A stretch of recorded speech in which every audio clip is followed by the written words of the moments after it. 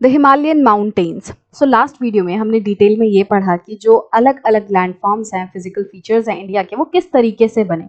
ये चीज़ें तो हमने देख ली। अब हम एक एक करके जो हमारे फिजिकल फीचर्स हैं उनको हम डिटेल में पढ़ेंगे और उनके फीचर्स जानेंगे कि ये वाला जो लैंडफॉर्म है वो कहाँ पाया जाता है, उसके क्या क्या फीचर्स हैं। राइट, तो पहला जो हमारा लैंडफॉर्म है वो है हिमालयन माउंटेन्स।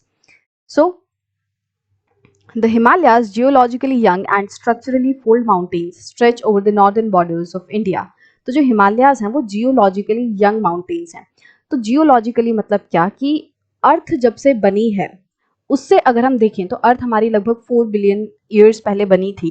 तो इतने पुराने जो हैं वो हमारे हिमालयाज नहीं है, वो अभी जल्दी बने हैं। मतलब कि अगर कोई चीज 4 बिलियन ईयर्स पहले की है तो उसके लिए मान लो 1 बिलियन जो है वो भी नया है, या 50 मिलियन जो साल है वो भी नया है। तो जो हिमालयाज हैं वो हमारे 40 से लेके लगभग 50 मिलियन साल पहले के हैं। इसका मतलब कि जो अर्थ हमारी 4 बिलियन ईयर्स पहले बनी है उसके लिए 40 से 50 जो मिलियन ईयर्स है वो तो नया ही है। राइट, तो जो भी चीजें 40 से 50 साल मिलियन पहले बनी है वो अभी नई ही मानी जाएंगी अर्थ के मुकाबले।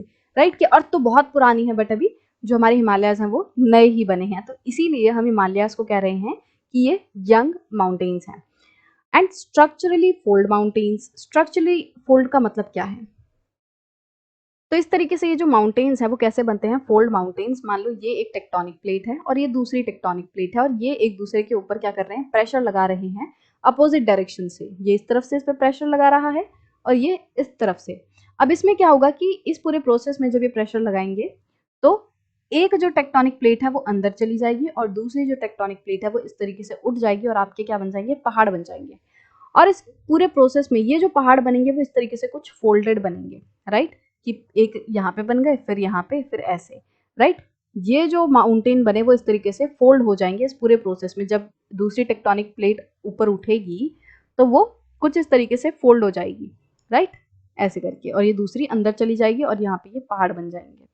अब अगर आपको ये समझना है कि किस तरीके से ये फोल्डेड बन रहे हैं तो आप क्या कर सकते हो, एक पेपर लो और उसको दोनों तरफ से उसको एक ये नॉर्मल शीट ऑफ पेपर लो, यहाँ पे भी हाथ रखो अपना टाइट से और यहाँ पे भी, और इन दोनों को अपोजिट डायरेक्शन में इस वाले हाथ को इस तरफ जो है प्रेस करो और इस वाले हाथ को इस तरफ से। तो आप क्या करोगे, देखोगे कि बीच में जो पेपर है वो इस तरीके से उठ जाएगा और धीरे धीरे इसके भी ऐसे फोल्ड बन जाएंगे।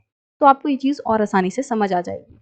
राइट, तो हमारे जो हिमालयाज हैं वो जियोग्राफिकली यंग एंड इस तरीके से स्ट्रक्चरली फोल्ड माउंटेन्स हैं and stretch over the northern borders of India.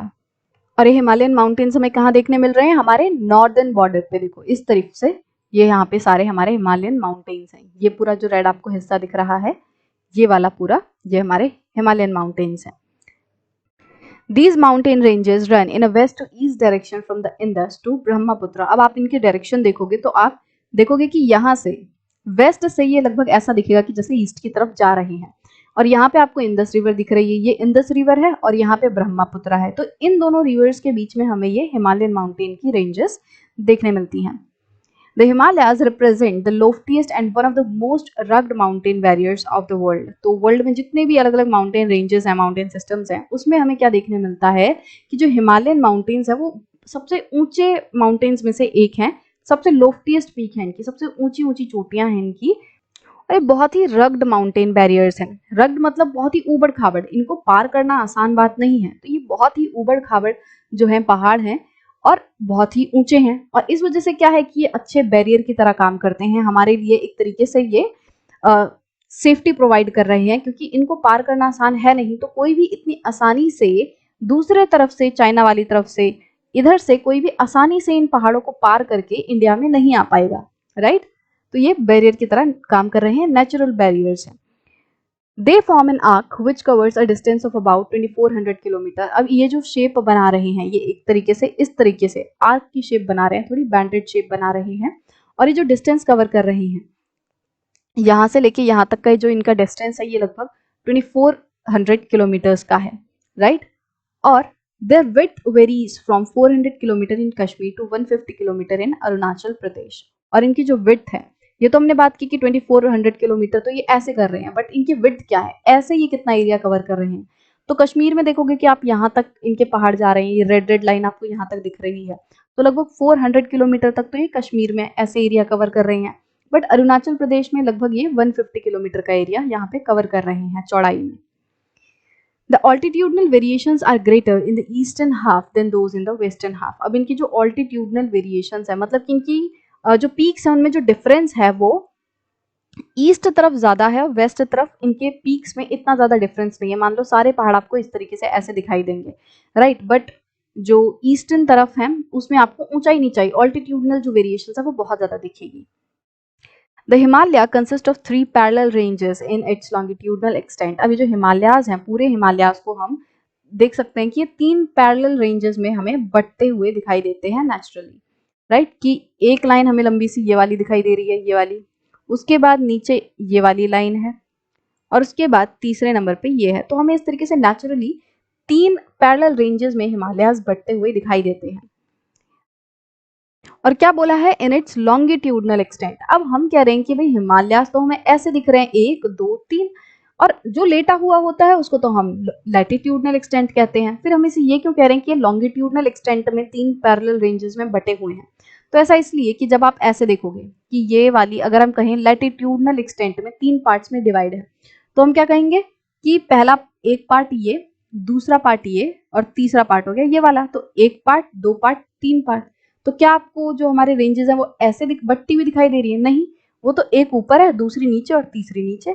तो हम क्या कह रहे हैं, ये वाला पूरा एक लॉन्गिट्यूड है। अब अगर हम इसको 3 पार्ट में बांटे तो कैसे बटेगा? 1 पार्ट 2 पार्ट और 3 पार्ट। ये वाला ऊपर हो गया, उसके बाद ये नीचे वाला पार्ट हो गया, उसके बाद तीसरा पार्ट हो गया।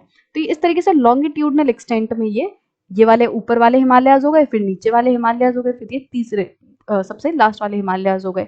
इस तरीके से ये बटे हुए हैं। अब कोई चाइना की तरफ से इस तरफ से कोई आएगा तो उसको क्या मिलेगा? पहले ये फिर ये फिर ये, राइट। इस तरीके से ये लॉन्गिट्यूडनल बेसिस पे बटे हुए हैं। A number of valleys lie between these ranges. अब इन रेंजेस में बहुत सारी जो वैलीज हैं वो आपको देखने मिलती हैं। वैलीज क्या होती हैं कि दो पहाड़ों के बीच में इस तरीके से जो एरिया होता है, ये वाला जो एरिया है, ये क्या बन गया? ये वैली बन गई। अब हम कहते हैं कि जब हम पास की बात करते हैं तो भी हम यही कहते हैं कि दो पहाड़ों के बीच में जो हिस्सा है उसको हम पास कहते हैं। तो इनके बीच में अगर आप मोटे मोटे तौर पे जो डिफरेंस समझो वैलीज और पास के बीच में, तो देखो पास जो है वो बहुत ही नैरो होते हैं, बहुत ही कम एरिया वाले होते हैं इस तरफ से, राइट, और ये थोड़े ऊंचाई पे देखने मिलते हैं। बट वहीं जो वैलीज है वो देखो कितना बड़ा एरिया कवर कर रही हैं ऐसे करके, राइट। तो ये वाली जो वैलीज हैं वो थोड़ी बड़ी होती हैं, चौड़ी होती हैं, और ये थोड़ी नीचे होती हैं, बहुत ज्यादा ऊंचाई पे आपको नहीं देखने मिल रही है। दो पहाड़ों के इस तरीके से बीच में है और नीचे है, राइट, और ये एरिया बड़ा कवर कर रही हैं। इस तरह से आपको बहुत सारी जो वैलीज हैं वो इन रेंजेस के बीच में दिखाई देंगी। सो अगर हम इन 3 पैरेलल रेंजेस की बात करें तो ये क्या क्या है? तो सबसे ऊपर वाली जो रेंजेस है वो है हिमाद्री या फिर ग्रेट हिमालयास, उसके बाद है हिमाचल या फिर इनर हिमालयास, और उसके बाद है शिवालिक रेंज, राइट। अब इन तीनों को हम अलग अलग करके समझेंगे कि हिमाद्री के क्या फीचर्स हैं, हिमाचल के क्या फीचर्स हैं और शिवालिक रेंज के क्या क्या फीचर्स हैं। इनको हम अलग अलग करके समझेंगे।